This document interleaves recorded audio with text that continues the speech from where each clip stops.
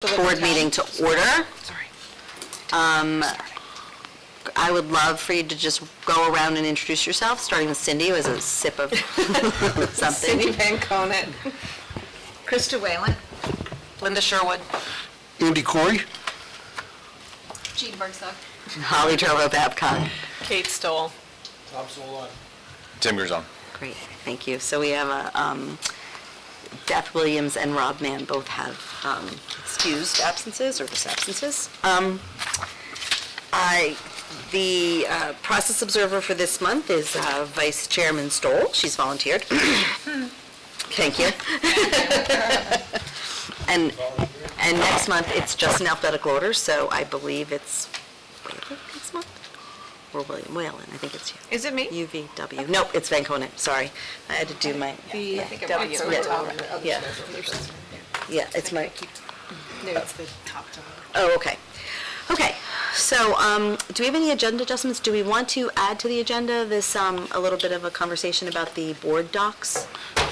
Gina's going to do a little bit of discussion during correspondence on board Okay, docs. okay. We do need to add an item for the co-op treasurer, just as we just did for the SAU. So under deliberative Under items? deliberative items, That would be the first item? correct.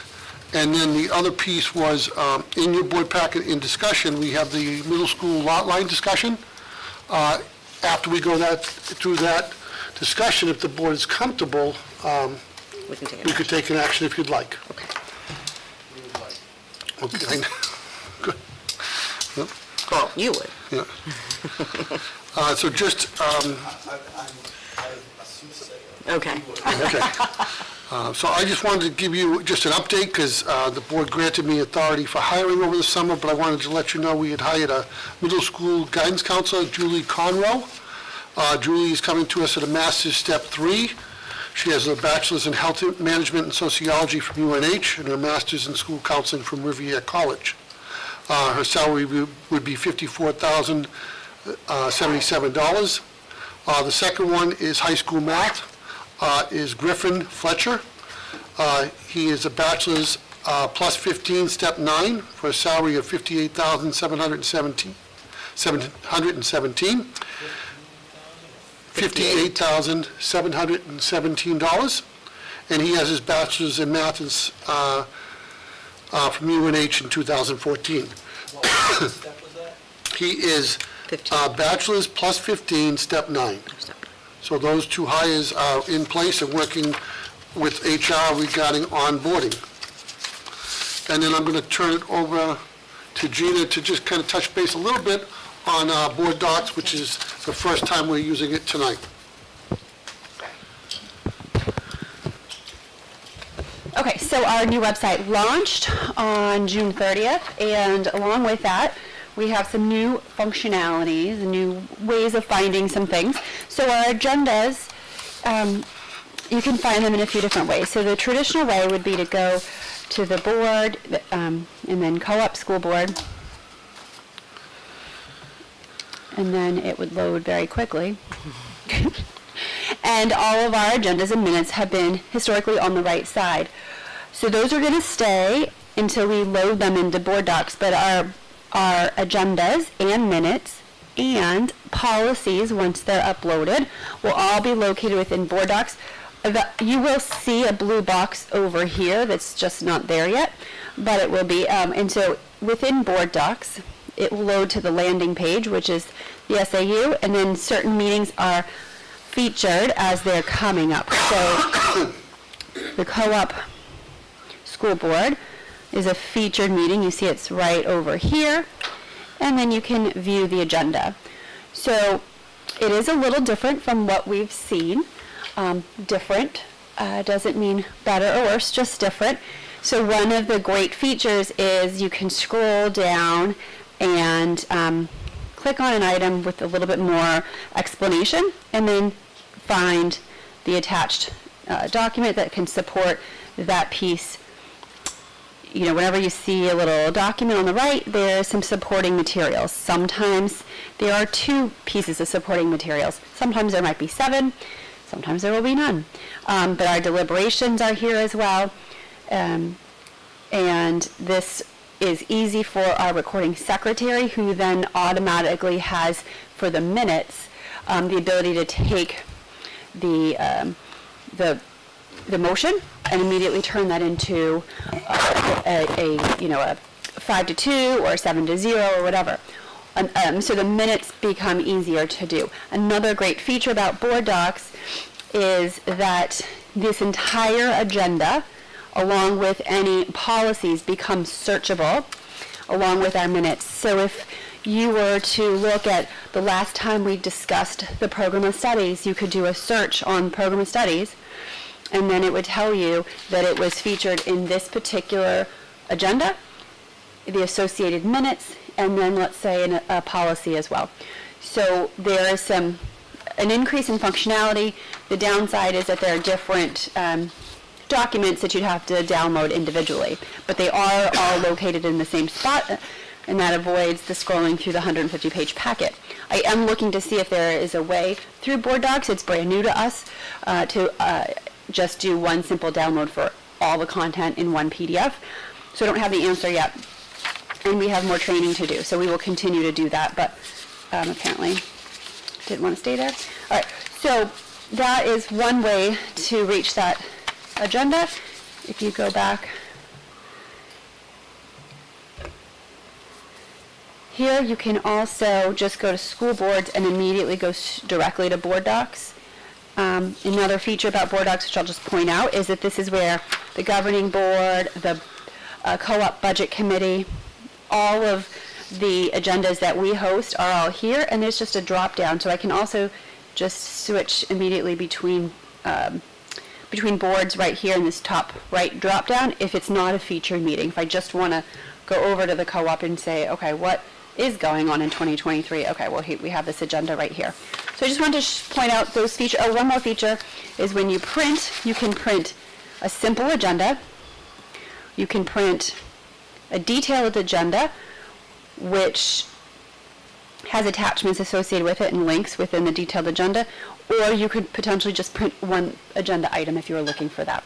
So a few different ways of doing our business. That's all. The section where it said said secretaries can put stuff in there, is that something that a board secretary can do real time? Do they have access to edit that Yes. field? So Donna McMillan does have. No, I'm saying, We could do that, yep. So I do have accounts created for our board chair and vice chair. They don't know about them yet, but I can create them for all of the board members. I didn't think everyone would want to dive into it just yet, but yeah, we could do that, and then they could but does that certainly. become is that, lack of better description, like a Google Doc where someone who edits it is editing it real time for everyone, or is that something that? It would have to be saved, and only one person can be in the agenda or in the minutes at a time. So it wouldn't be that we're all in there playing around. So I think the best function of it is really for Dawn to go in and add the minutes from our meeting and then add the votes and then record it that way. Is it your expectation that the minutes will become an overlay into the agenda as opposed to a standalone document? They are standalone documents, but it's within the agenda. I can show that as soon as we have minutes. Comes out. What's that? So I'm interested in seeing how it shows up. So am I. So, I think tonight we can, I'm not using a PDF, I'm gonna just use this and see how it goes tonight, and I think Kate's doing the same thing, and so maybe in the August meeting, we could put on the agenda, let me make a note of that, just maybe to have some board feedback on this. Absolutely. And see how this goes tonight, and we can get some feedback on board docs. Is that okay? Would that Absolutely. work? Yeah, that's Is helpful. that fine with you, Mr. Corey? Yeah, oh, yeah. Are Yep. all of Dawn's the outline. archived minutes, then you go to board docs first to find them? or So would as they of be right now, sequenced? I got to them yesterday, but I don't remember how. so you got to them the same old way because we're just Okay. not there yet, but that is our next step. Yeah, the So minutes they're are- still right here, as they have been. The way we always used to find them. But the idea is that we're going to have our compliance and communication specialist transfer them over Yeah, I was actually looking for a year-old ones, and I found them. Yep, they're down here. So they are grouped by year. 2022 needs to be regrouped by the year, but yeah. So you don't have to go to board docs to look up. To look up old ones, not now, but like I said, the idea is that they'll all be uploaded. And that way they'll be searchable. Yes. Okay. So if you're in the agenda and there's that search bar is there, at that point, if you're already in an agenda, are you only searching that agenda? Or once you use that search bar, you could be searching any agenda? If you search, that's a good question. If you search up here, Then you're on the searching black bar, everything. you're searching everything that we have. Oh, I didn't see If that. you black are box. within here, I believe you're just searching Just searching. these meetings Okay. that are within. Well, if you COOP. open, just even open the agenda, Gina, and you can see that there's a search for the agenda too. If you open it, That's your, right there, it says search agenda right at the Right, top. right. So that's going to search Just the agenda. today's Yep. agenda, but not the not the attached documents, just the agenda, Then you can jump up to the top to the other right? search. Yep. Or will it, Honestly, I don't have the answer for Okay, that, but we'll okay. find out. And with only one meeting here, it's hard to say if it's only searching the one meeting or if Right. it's searching all the meetings because Okay, there's only one. okay. So all right. we'll find out. Holly, when you said you're going to use that instead of PDF, what do you mean? So you sent us today a PDF with all the documents, all the way, with the way we've always done it, our packet. You sent Yes. a typical, like, the old fashioned, the packet that we would have gotten last month before board docs. But tonight, I'm gonna look at, I have board docs in front of me, and I'm gonna open each file as I go. Is it the assumption that everybody's going to be working off the server simultaneously to do that? No, right, So you have it on your computer, correct? I'm on the website. Right, so you haven't downloaded all the documents to your computer? No, But You you- go to, whenever you... Well, they're all open right here. They're not even downloaded on my computer.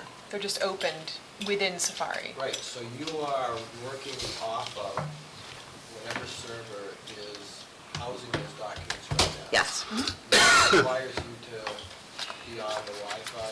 right, Have the Wi-Fi? right. So I'm not asking anyone else to do that, I'm just gonna experiment with it, I'm try, just- yeah. I'm trying to understand how it works. 'Cause Right. I don't have that ability, I can't get on the Wi-Fi, okay.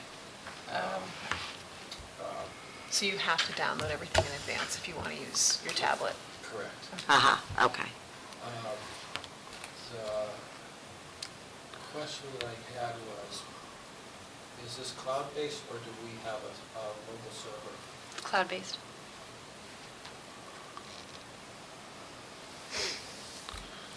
Okay, so we can have more conversation about this at the August meeting, after we've kind of all experimented with it. Any other questions on that? All right, so let's move on to, are you done? Yep. You're done with all Is nominations? the website live as well? Yes. It was live June 30th. I have a question about that, not Word doc, but where's the live stream on?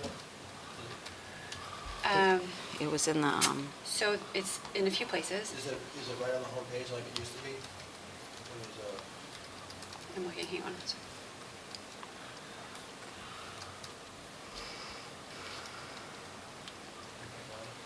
So under resource, on the homepage, under resources, board meetings on demand. Is that what they're calling the live stream now? Yes, because nobody knew what we were talking about by live stream. And then if we wanted an old video, live stream didn't work for people and they didn't understand that. So on demand was the feedback for a more modern term for where you could find any board meeting on demand. How about school events? Is that also on demand, in the on-demand area? Yep, so if we've put graduation there, Yeah. yeah, so it's there, but we also then typically put the link on the high school homepage of, 2023 graduation. But that'll be the same format as this, right? It'll be the same framework. On the YouTube channel?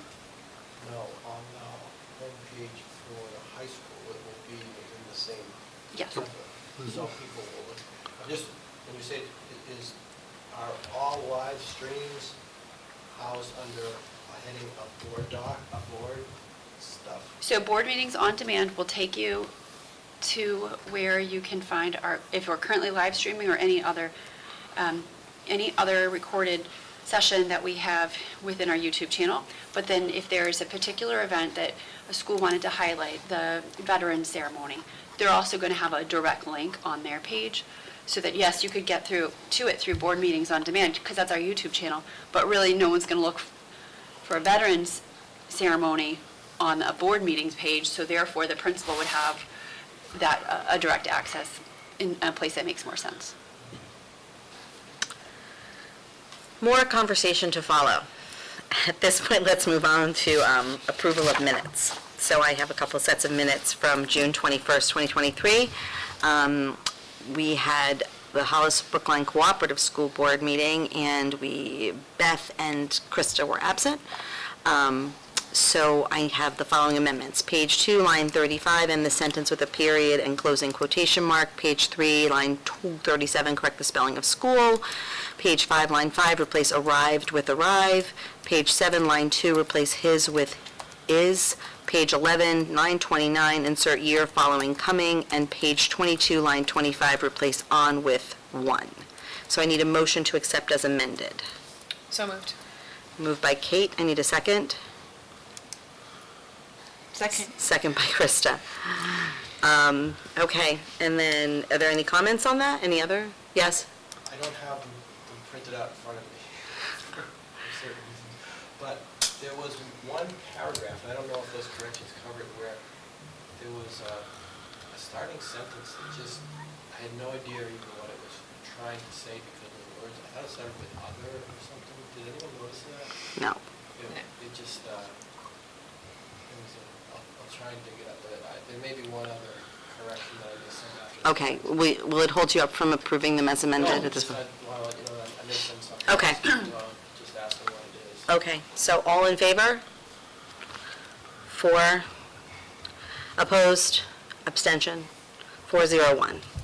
And then we had the public hearing on the 21st as well, with the following amendments, that the minutes to reflect that Member Williams was not in attendance, and I need a motion to accept as amended the public hearing minutes. So moved. Moved by Kate, and I need a second. Second by Krista. Any other comments on that, the public hearing minutes? Okay, all those in favor? Nays, abstentions? So 401, motion carries. At this point, at 6:19, I will open the floor for public input. I'm just going to say that if somebody comes in, someone do the math for me, by 6:49, they can still give us public input, but we will move on. So at 6:19, I'm going to open the floor for public input. Is there anyone? Anyone? Anyone? Okay. Seeing none, I'm going to close the floor at 6:19 as well. However, if someone comes in before 6:49 p.m., we will allow them to speak at a time that works during the agenda. Principal and athletic reports. So, Tim, I assume you're covering for everyone tonight? Yep. Okay, so can we start with HBMS? Sure. All right, Patrick asked me to highlight just a couple things here. They have identified the open house days for rising middle schoolers, 7th graders, August 21st and August 24th. They're going to open their doors, and there'll be additional information being sent out about those days and what those will look like to families. He wanted me to mention that at the end of the school year, not only did HBMS staff, but all staff across the district took part in an Avoid, Deny, Defend training with our local police departments.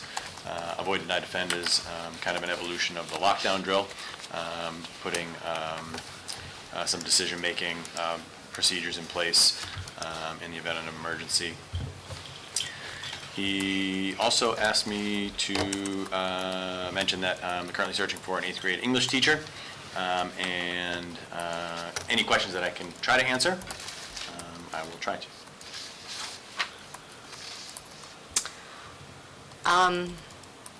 I don't have any questions, but I thought his summary of the extended school year was really helpful, and some of the credit that's gone to Catherine Ransom.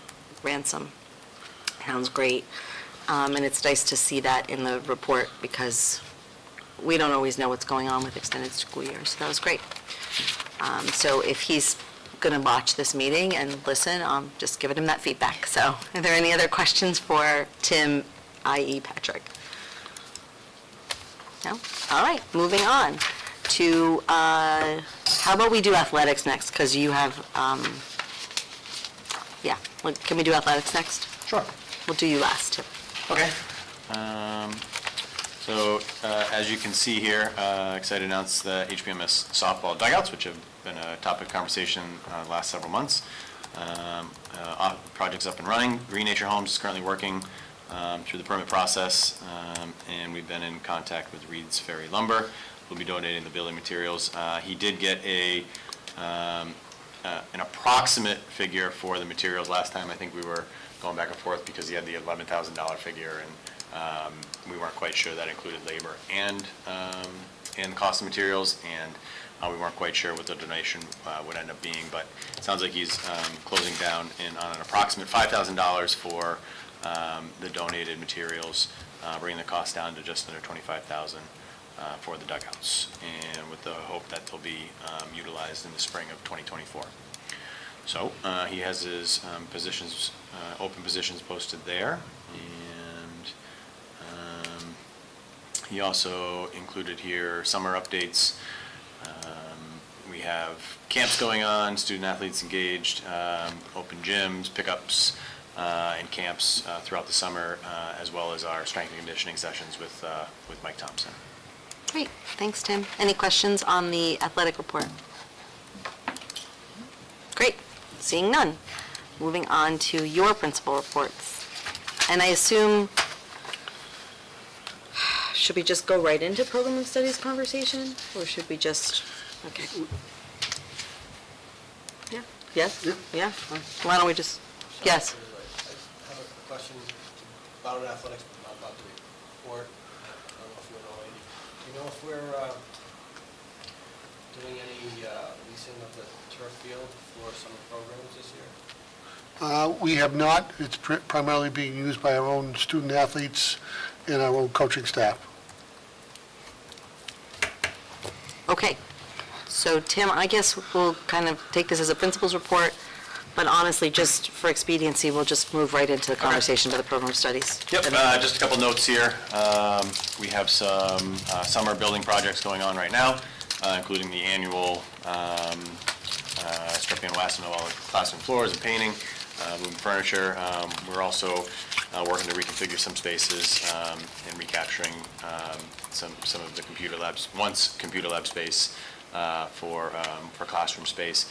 And if you haven't been up to the high school, they are continuing work on the roof currently, and with the plan for parking lot and driveway upgrades happening later on this summer. So it is still a busy place, even though the students and teachers aren't there right now.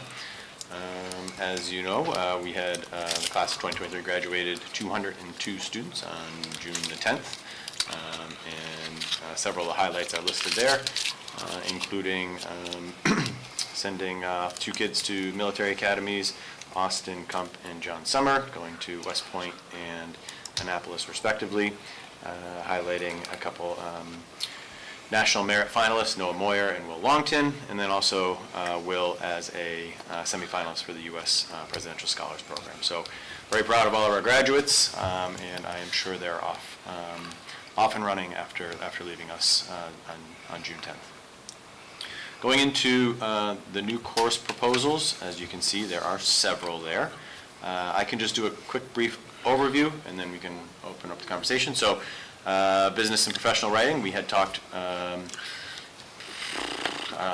earlier this year, we'll say, about adding some business courses. This was a proposal that came kind of alongside that conversation, and our English department wants to add this. I think there's definitely a need for it, and I'm sure we all would benefit from having this, and our kids are no different. So very much in support of this new English class, business and professional writing. Similarly, in a kind of a business realm, Project Startup is an entrepreneurial course. This is a semesterized course in our humanities department, in our social studies department. Certainly in support of this as well. Environmental science, this is a course that used to run. It was in existence not that long ago. The curriculum exists, resources exist in the building. And I should have mentioned earlier, I assume the question will come up. The cost for the courses so far that I've read is nil. There's not an additional cost to bring these courses on board, whether we already have the curriculum or the curriculum would be accessed online. There's not additional cost at this point. Latin 3, we have had discussions about adding a Latin 3, and I'm certainly in support of that. Latin 3, if we were to add it, the first step in that process would be opening up Latin 1 to sophomores, and if we were to do that, not this fall, but the fall of '24, it would be 2 years out that Latin 3 would be offered to that class as when they are seniors. So if we were to add Latin 3, the first step in that process would be opening up Latin 1 for sophomores, rising sophomores. Music and American History, just to clarify, this is a history course. This proposal came forward from our social studies department, certainly in support of this particular offering.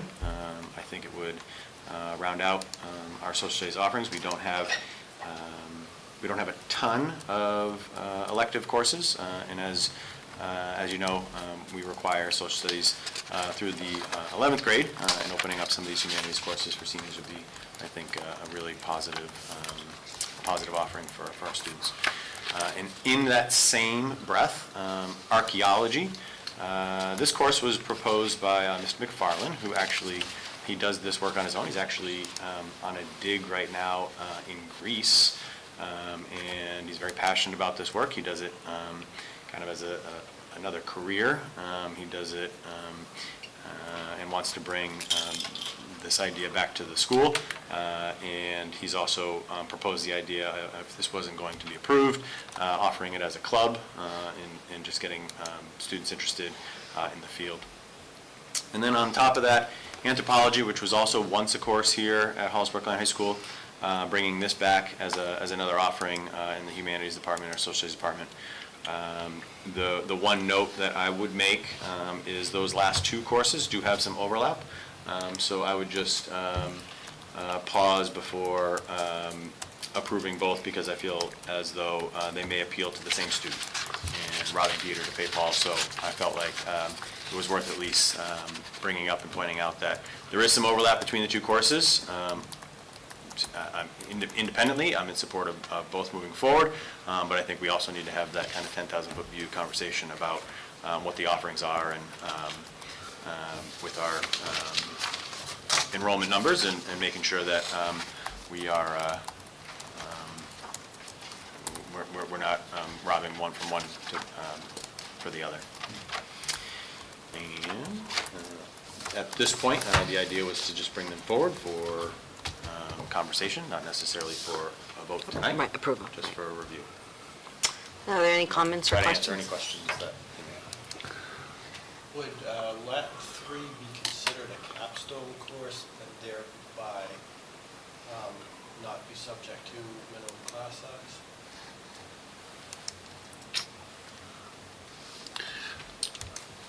I think we may have to, whether we decide it's a capstone or not, we may have to decide that the first couple of years to allow enrollment to be low to cultivate the program. I don't know if that'll be needed, because it's been strong numbers in Latin 1 and 2.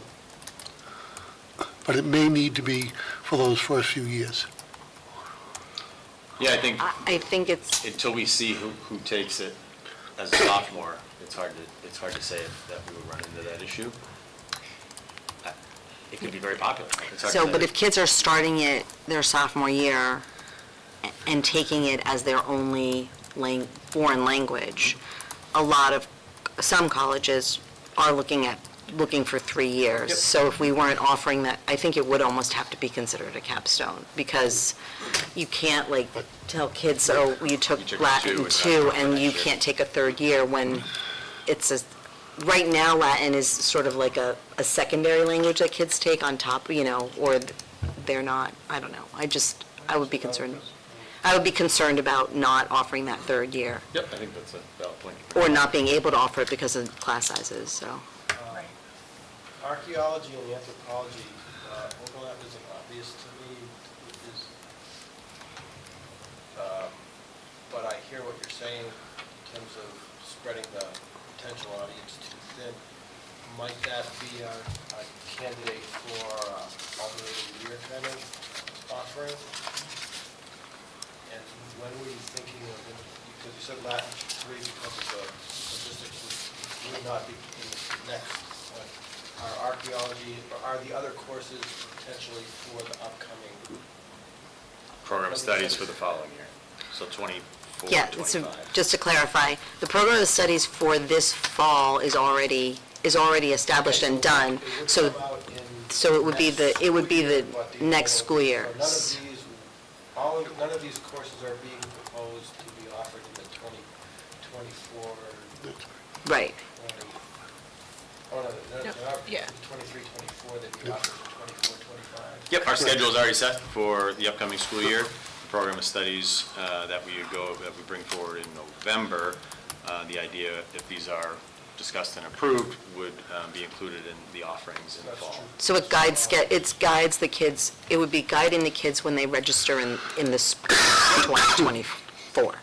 So, but it's not, they don't enroll in the classes. And then Latin, you're saying specifically, you'd almost need to go even one more year because you'd have to change the 2 more years. Yeah, So, because it would be sophomores, so right, I understand. for that group, it would be the fall of '24. We would open it up for sophomores that year. Right. So And then- current rising freshmen would potentially be eligible to take Latin as a sophomore the following fall.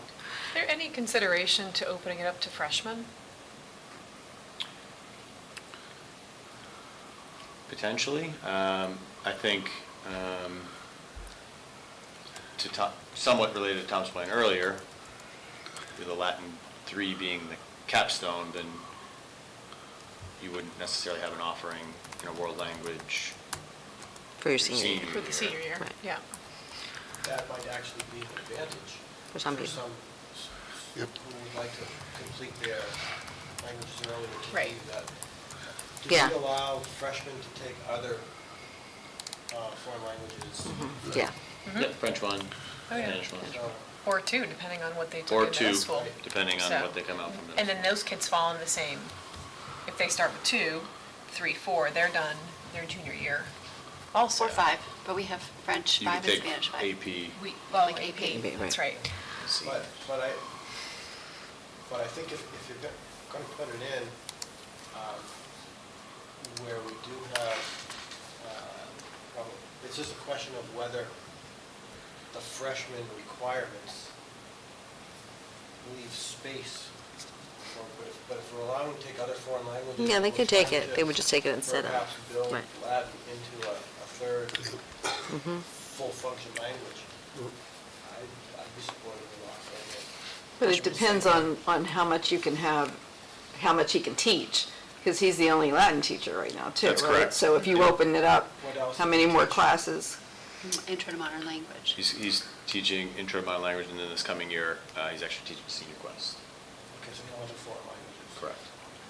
And we have multiple teachers in Spanish and French, so it would be, I'm just Open- thinking, I mean, I yeah, understand what you're saying, but we may need The only an thing additional I- Latin person if Right. we did it that But way. there's no requirement that a freshman taking it be in a different class than a sophomore taking it. No, No. No what? no requirement that Okay. they'd be so- separated. So you could have freshmen and sophomores in the same Latin Section. 1 class. Sure. Yeah. Could have juniors in there too, Yep, Correct. yep. Seniors. maybe. Yep. So when you say these are proposals, Tim, what's the next, I mean, I know that you will bring forward a program of studies to us in November. What happens now? Because where did these proposals come from? Are these from teachers and departments? Yep, And so the yeah. process internally is the department chairs will work with teachers within their respective departments, discuss proposals.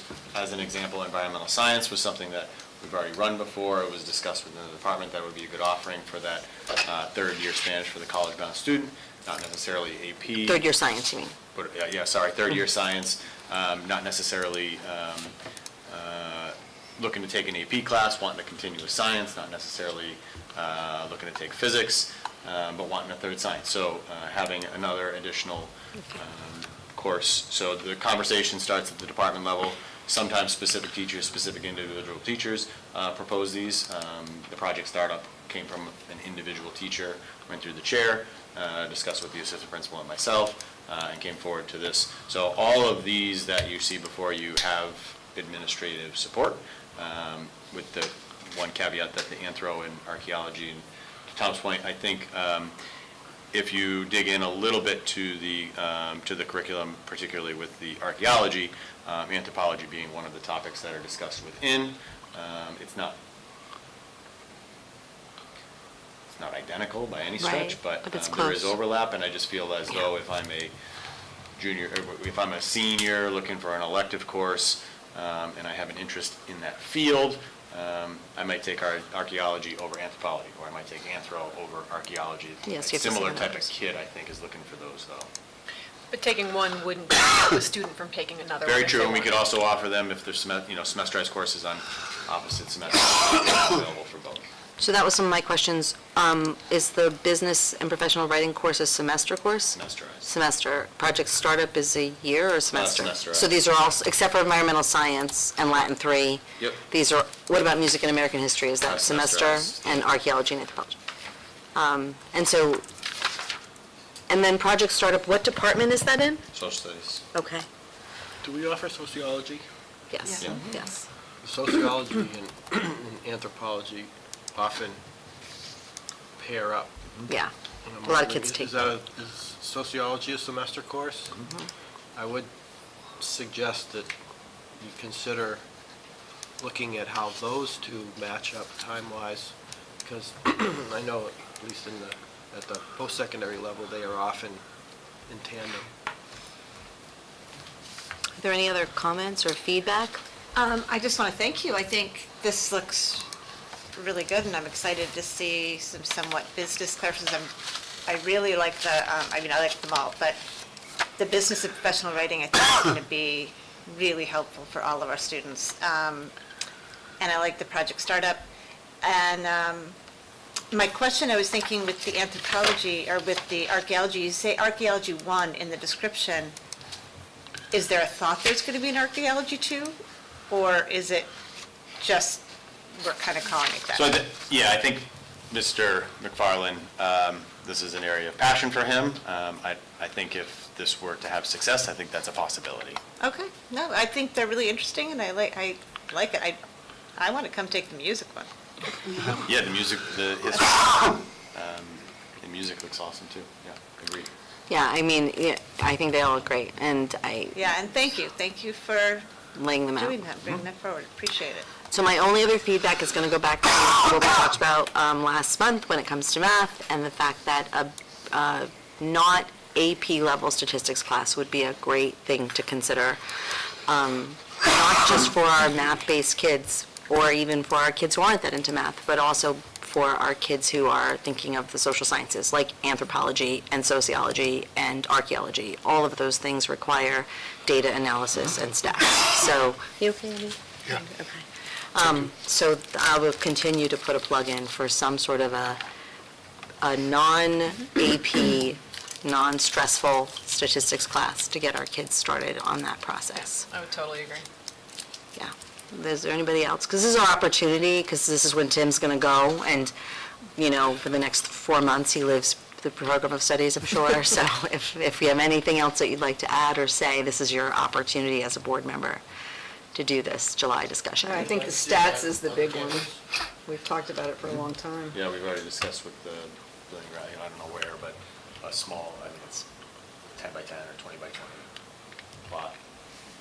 Oh, dig? A dig? Site work done? I don't know if you noticed, but earlier when you were talking about archaeology, you talked about digging into the course, and I thought that was funny. An unintended pun.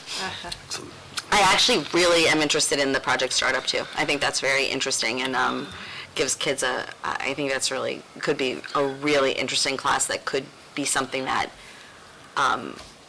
you could do like a little mini Shark Tank or something, where you get kids presenting and have members of the public come and see. And I mean, it really could be quite a community build. So I think that sounds great. So, anything else?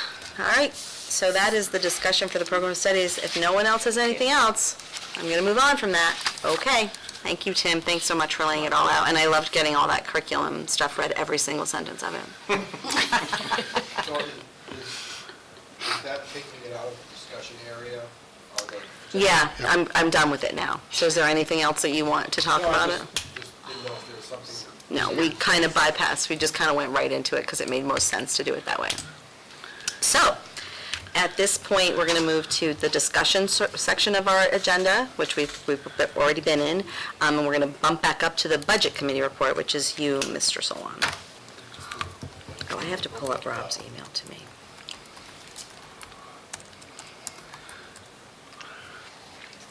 Do we have any need for Tim? Oh, no, we do not. I don't believe so. We don't have policy, so, No. yeah, no. Tim, have a good night. Go home to your family. So sad. He doesn't look sad at all. Wow. Stop smiling. I'm gonna leave Thank before you. you pull me back in. All right, go ahead, Tom. The Budget Committee met end of June, and we had a presentation on facilities and capital improvement.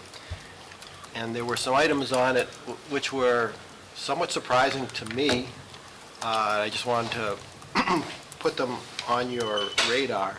And the fact they're surprising to me doesn't mean that it hasn't been brought up here. It just means that I wasn't aware of them, and I could have been focused on something else when they were brought up.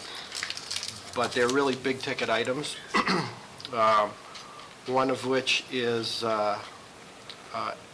SAU-wide radio system, and the co-op portion of that is about $250,000. So I'm guessing the whole program is about $500,000. Is that a correct estimate? Yes. And that's to get everyone with individual communication capabilities that are SAU-wide. So that's one that will probably attract attention if it's in the next budget, just because of the dollar amount.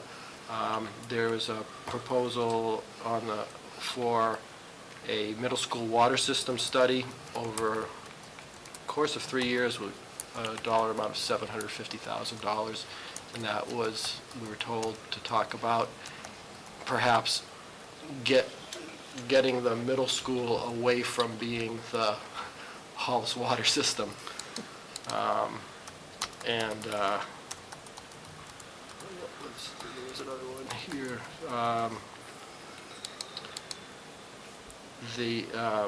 And it's on here, and I'm sure that it's, I don't know if this is a wish list or what, tennis courts at $400,000.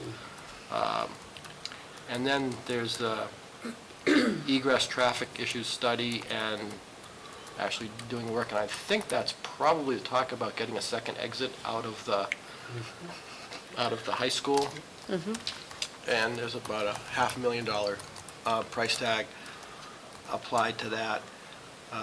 Facilities, it's listed as a shed, but a facilities building and new equipment to go in that, total of about $300,000 as a maximum. It could be anything from literally a shed to a full building. I would encourage you to go to the Budget Committee page and look at the packet from the June meeting and just look at the presentation. There's some really good information, and it will let you understand some things that are planned for the next couple of years. And who did the presentation? Was it Lance? Yes. He did one last year too, so. He did really well. Right. And a lot of thoughts got into this. it's the kind of detail and the kind of planning that we haven't had in decades. But one of the benefits of being at the Budget Committee and getting to see this is we're getting access to this. I don't know if there's a similar plan for Lance to present to this body as well, but it's certainly worth the time to look and see what's coming up so that you can see where we're going. I know we did one last year. And you weren't there, and I was in attendance. It was very long. It was great, but it was very long, so I didn't really ask for it to come here, but it Now, we would be... spent It would, an hour and a half or more yeah, on it. so I don't know if we have the time for an hour and a half presentation, but I think it would be great to have a quick version of that at some point, maybe? Or maybe build in with the facilities committee or whatever. We can absolutely do that. I think the piece that I'd just like to clarify is that these will all be placed in the capital improvements plan and spaced out by years. The radios that Tom talked about, we actually had submitted as our safety grant last year, and we were not selected. They were still doing, I would say the state tended to still go to the physical plants because a number of schools still hadn't done their entryways. But having this out there, and I know Kelly's worked closely with the town on this, both towns actually, and we're still looking to see if there are grant opportunities to cover that. But I know that I've been very pleased with Lance's planning because these are expenses that are coming, but it's nice to know that 4 or 5 years out, there is a big number coming in. Yeah. Yeah. I think one of the advantages of having this in print and in circulation is that when, like this year, we're faced with having some surplus money available, it doesn't look like, oh, how can we spend it? Here we have, these are things that are needed, they've been on our radar, and how can we cost effectively and in fairness to the community, distribute these costs so that we don't see spikes. When people are aware that these things are out there on the horizon, it makes it a lot easier to have the discussion about, well, we know we need to do this. It's been working for the roof, it's been working for paving. I think it's time to also do it for other types of capital acquisition. And it's also something that we can present to things like HB Elevates as opportunities if they want to engage in proactive fundraising. That's it. Oh, there will be no meeting in July of the Budget Committee, but I've asked Holly to just put a Budget Committee report on the agenda as a standing item, just to remind us to think about it. Yeah. So. Thanks, Tom. Any questions for Tom? Great. No, thank you. Moving on to the Know better. fiscal year 2025 opening budget discussion. I feel like that's like a big deal, opening budget discussion. Is there anything in the packet on that? No, this is the traditional meeting where the board is allowed to give us inputs, and I just kind of touch upon the couple big items. Obviously, we know that we need to address the boilers in some way, shape, or form.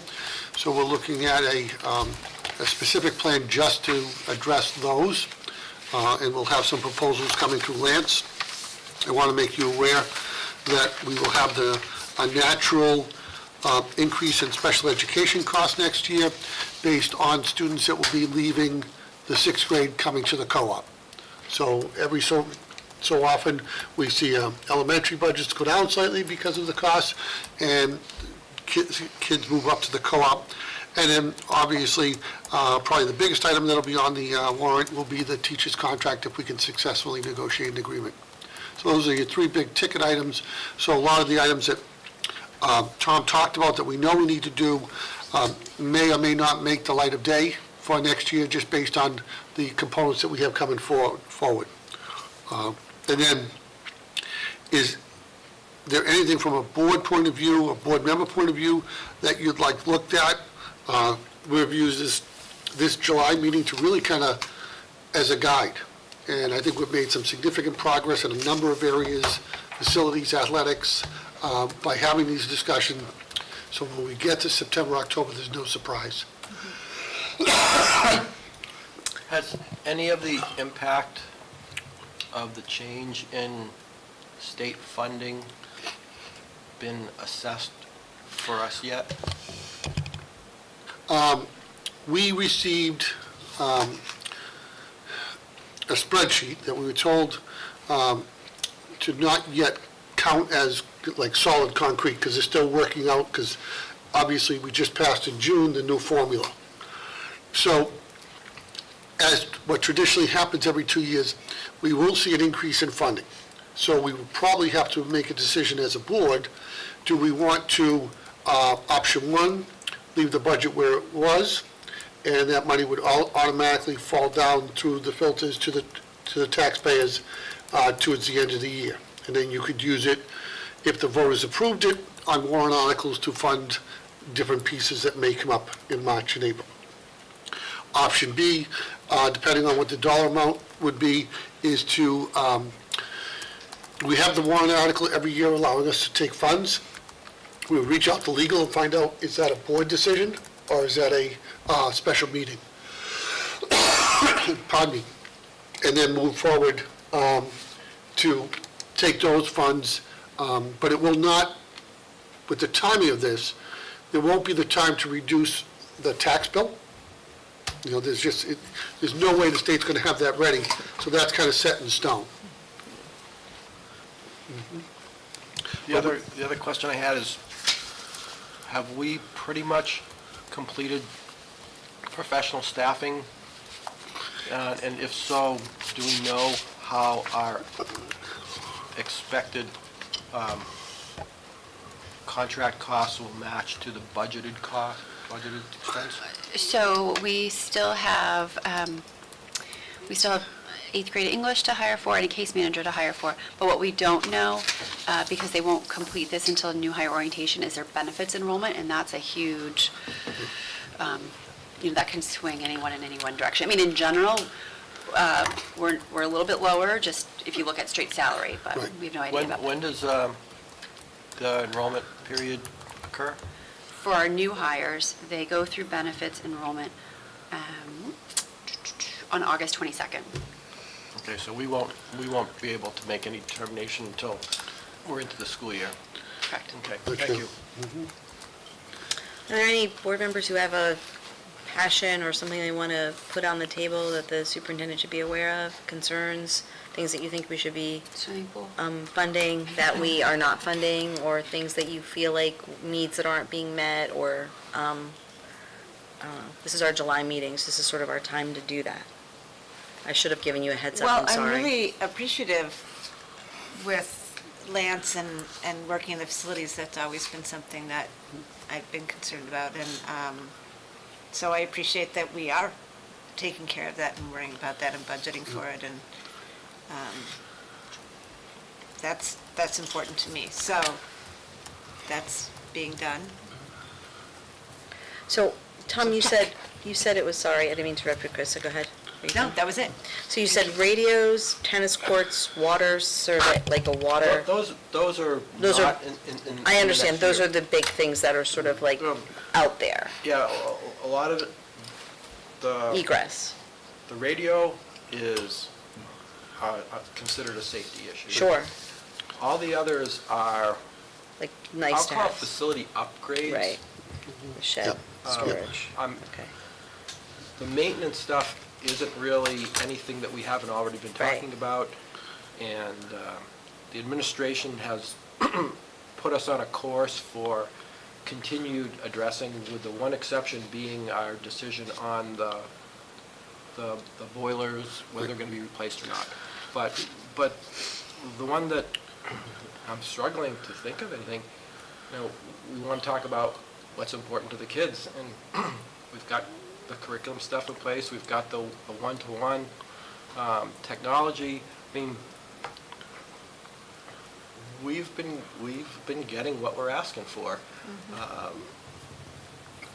Yeah, my only comment would be that we've had multiple conversations about class sizes and some concerns related to that, and I feel like because our enrollment numbers have kind of dipped, but we really do need to continue. I like the philosophy that we have, which is to offer our kids opportunities, electives, things that, challenging classes like AP classes, and so, and we follow the policy, which is, we have opportunities to have smaller class sizes if we need them, and there's an opportunity for the superintendent or assistant superintendent to weigh in on those with the principal. So I just am happy with the way we've been doing it, and that's my feedback, because that's usually where you can make some savings is in personnel, and I think it's important for our kids to have opportunities, and if our improv class is small, but it's an opportunity, I think it's important for our kids to have those. And, especially when you look at like the arts, or even this list like archaeology or things like that, I mean, I believe that we're the kind of district that should be allowing our kids a broad scope. That's just my take. Yeah. The one area that I'm really curious about, and you brought it up in the past, I don't know if it's a budget-driven or other things, but where we've got contract negotiations coming up, if there's an opportunity to have that end of the day, later day classes, you talked about possibly having some stuff, extra period type of things. If there would be funding required to support a structure that we could potentially work into contract, pairing those together. Yep, and I think the work you've done with the contract specifically allows that flexibility in terms of a teacher's start time and end time could be different. And you negotiated that a number of years back with that in mind, so a teacher could start second or third period and work till, say, 4 o'clock in the afternoon, and what that does, to Holly's point, is all of a sudden, there's a lot of students who might be excited about taking a class outside the normal hours, especially those students who struggle to get up in the morning. Yeah. But for instance, do we have to do anything with the budget for a late bus? Or do we need to have extra custodial hours or anything else? That's one area in the budget, just to make sure that we don't come up with a great idea, get agreement and say, but we don't have the money for it. Right, okay. So, seeing no more comments on the budget, I'm going to move forward to the Facilities Committee update. Unfortunately, Rob could not be here tonight, so he gave me a little bit of an Okay, go update. ahead, Is it yeah. okay if I read Yes, this? Or absolutely. do you have? Nope. So he said that he's a roster of committee members at 75% complete. His plan, as I think the chair, seems to be what he's doing, is to move forward on establishing a regular standing meeting starting in early August. He's got an item that he needs to close regarding the contractor vendor SME, is what he said. And then I'm just going to, for the public, the roster so far has an appointed co-op school board member in Rob Mann, and I think we were considering adding a Brookline member, so I know there's been some so I want to hear from you guys about that. The appointed. I think it's me. Okay, it's Tom Solon. And then the appointed co-op budget committee member is Raul Blanchet. And then we've got the SME contractors, right? Are they all, that's John Penny, Dave Ely, Yep, and yep. Mike Davey. Correct. And then the Hollis Selectmen appointed members to be determined. Brookline Selectmen appointed member is Brian Dennehy. Hollis Community Member at Large is Tom Enright. Brookline Community Member at Large is to be determined. And then it's Andy, Gina, Lance, and Kelly. So that's what he has so far. Is there more? I'm sorry, I didn't No, mean to step on your toes. I just No, figured I I- would cover it because he wasn't here. I just wanted to share that, Rob has taken that over. He's kept me informed, and I think by August, he's going to have a well-formed committee that will kind of work off of Lance's capital improvement plans. So to Tom's earlier point, we don't have something come up unless it's truly unexpected we couldn't plan for. So I think we're, getting in a really good place for our facilities. And I know that this was triggered by the need to have this committee for the boilers project, but I am hoping that at the end of this year, this fiscal year, or whatever, we can make a motion to extend that and make it a standing committee, because I think with all of these different things, it's great to have a group of folks working on that. So, that's my opinion. Any other comments? Update on the HBMS dugouts. We kind of had that in the principal's report, but is there anything more on that? Just that it's going. No, It's going. It's Brian's great. working through the permitting process right now, and as soon as we can get it moving forward, we will. Okay, so, then the next item is the HBMS lot line discussion, and I'm letting you lead that. Okay. For many of the long-term board members, you'll understand that this has been going on for quite a length of time. Many years ago, when the Hollis School District owned the Farley Building, because it was in the same school system, there wasn't a lot of worries, and then Hollis gave the Farley Building back to the town, and what we realized is, from a property standpoint, the middle school actually sits on town property.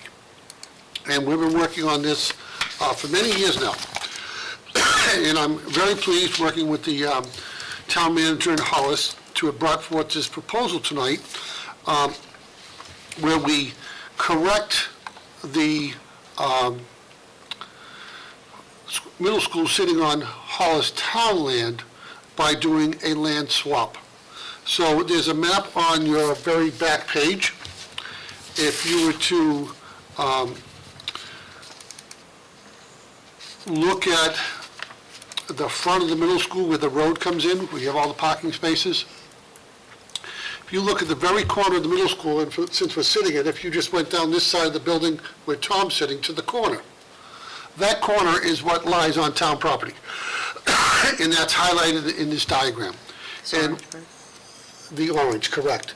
And what we're proposing is the orange there with the swap of the orange, which is at the end of the parking lot where the dumpsters are, out back, which would be on that side, that we own, and just swapping the land. All the easements, all the functions of the buildings and the town's property remain unchanged. Meridian would do all the work regarding redrawing the lines, addressing all the documents that need to be done. They would then be presented to our legal side to make sure that we're in agreement with that. And that would be accomplished for a fee of $4,350 each. So the total cost is $8,700, split by the town and the co-op. I think this is a very good solution for something that's been going on many, many years. And if the board was so inclined, as Mr. Solon thought they would be, I would love to receive a motion in support of this, so I could reach out to the town manager and get this started. And the next time we address this would be to kind of show you the final plans and pieces of the agreement. So this little strip of land back here. Yep. That's like behind the parking lots. Yep. Becomes the town's? Yes. What do they do with it? I mean, is this all the town's, this is? That's all ours. That's ours. It's Yes. 5.2 and 5.3 town for us. 5.2, This section, these two sections are us. the 5.2 and 5.3, I believe, are town. It's a town. Okay. Yep. Oh, so we just extend this Right. section. So we still, but this is parking, so we Our use teachers this. use Yes. that, yeah. Teachers use it, Yeah. and that's okay. They're So there's not an pro- easement on that, or a? They're not proposing to make any Okay. changes to that at this time. So we're just going So to we give them a will- little bit more of the. So we will be still utilizing it, but the building will not be on it. Right, I Correct. gotcha, I understand. Correct. So we're kind of giving a little bit more space to those, and Right. then, Right. okay, and it's the same amount of square footage? Yes. Excellent, okay. And what we're giving them is right now, I call it a series of cycad trees, very large weeds. That's exactly what it is. It's the end of the parking lot. We still have our bus turn loop and everything that we need, so it's really good solution, and I appreciate Laurie's efforts to bring this forward. On the, it doesn't show on the black and white, but the blue, which is the road around, Yep. Farley Building. who owns that? The town would own it, but there are grandfathered right-of-ways. So it's our entrance, we have the right-of-way to enter the middle school, we have the right-of-way for the bus loop. Okay, so that's that property utility and access easement. Yes, Right, and they have on this main frontage out here, we have a number of the easements that they need for electrical and different things that go to the Folly building from this building. And the big stuff behind the orange and Yep. around it, that's all Co-op. co-op property. Yep, It's just, so they essentially will have one long rectangle with a little bite out of it where the building. yes, and what it was an exchange for land. Yeah, no, I'm just trying to think what Yeah, they'll makes own, what they'll own. So they'll still have kind of an island in the middle of, or on the end of the co-op. Correct.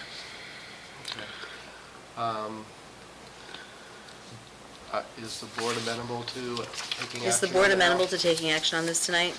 Sure. Great. You want to do it now or in deliberation? Did We'll do Dawn it. by any chance draft a motion or not? She did not. On move to, I don't have it in the outline. is this someone's recommendation? I move to authorize the proposed land swap for the middle school property as described in the board packet. Excellent. That works. Second?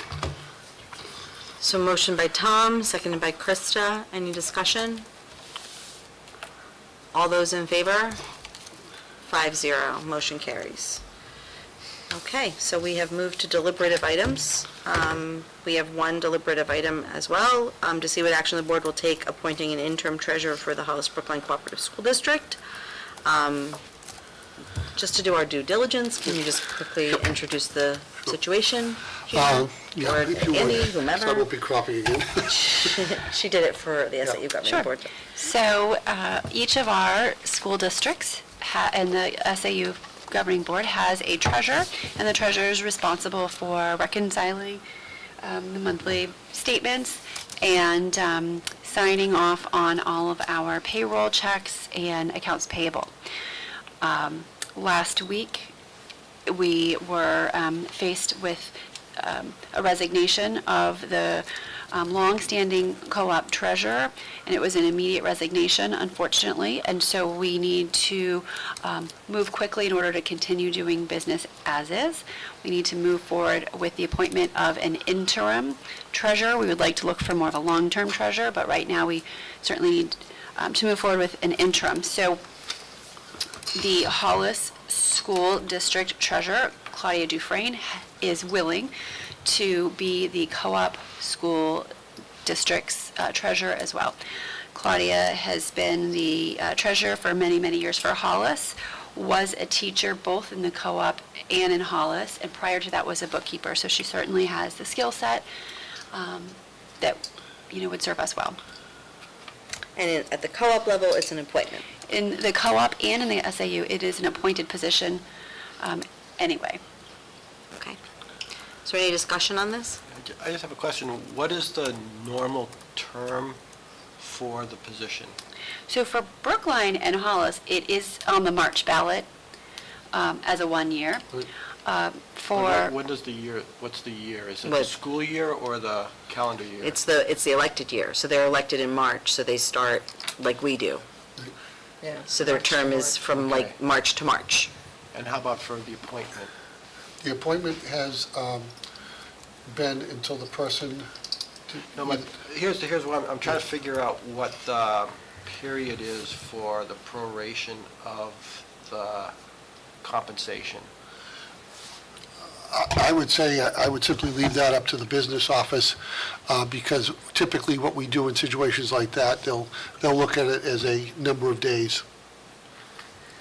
So we pay the stipend twice a year, $500 every 6 months, and the first payment is in April, and that payment is for the 6 months prior.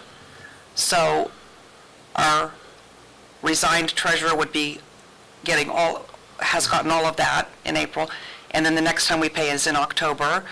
And I would think, because he has resigned in the beginning of July, that he would be getting paid for April and May So two of the... and June, so 3 months.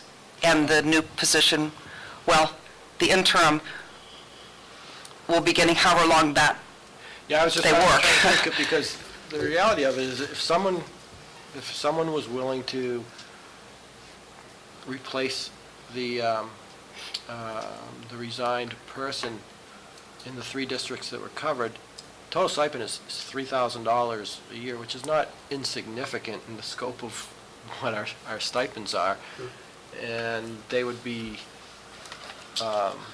eligible for, if it happened instantaneously, for instance, probably close to half of the first half and the full second half of that. So you're talking, what, 1,500 plus, you're talking about $2,000.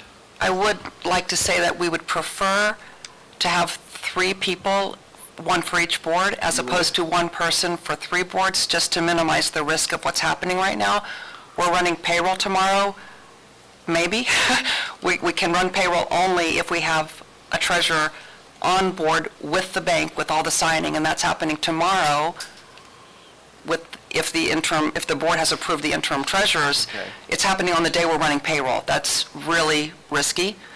To be at liability to have 1 person do 3 districts. So our preference is that we can have, if we can, have a different person for each district. Don't have to. We can certainly do it the way we've been doing it. So does that mean your preference is because it only puts 1 district in jeopardy at a time? Well, For a resignation, you mean like if somebody resigns, you only have to worry about 1 district instead of so many? because there is a lot of software configuration we have to do and paperwork with the bank, a lot of paperwork. So wouldn't it be easier to do that with fewer individuals than more individuals? Well, it's just that right now, we have 3 districts on hold with payroll and AP. We were not able to put any checks out the door. I know. So but it you're would be easy proposing from my we've gotta point of get view. 3 We've got to get 3 people to fill that, as Bec- opposed to 1 person. Because if we were only dealing with 1 resignation right now, I would have 3 districts flowing smoothly in the business office with payroll and AP. Nothing would have been stopped. Right now, I have 1 district working and 3 districts on hold. No checks go out the door. So we have a lot of invoices backing up. It's just not very efficient. So we need to approve this tonight.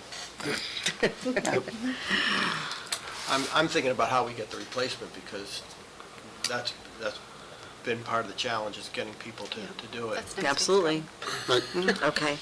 So I need a motion to appoint Claudia Dufresne as the interim treasurer to the Hollis Brookline Cooperative School District for the remainder of the current term. So moved. Moved by Kate. I need a second. Second. Second by Krista. Any conversation? All those in favor? 5-0, motion carries.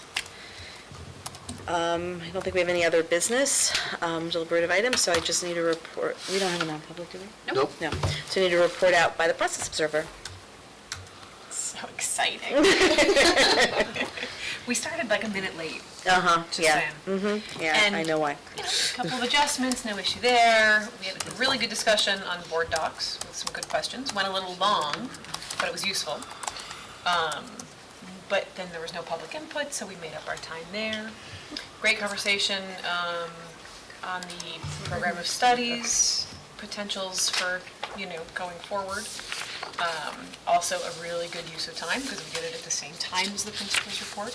So overall, our discussion ended up starting early, deliberation started early, and here we are at 7:15. We're getting out early. And we're getting out early. Great. So, good. Thank you very much for that. You bet. Thank you. I would entertain a motion to adjourn. So moved. Moved by Krista. Second. Second by Kate. All those in favor? 7:15. Thank you very much, everyone. Have a great night. See you in August. What was Griffin's last name? Griffin's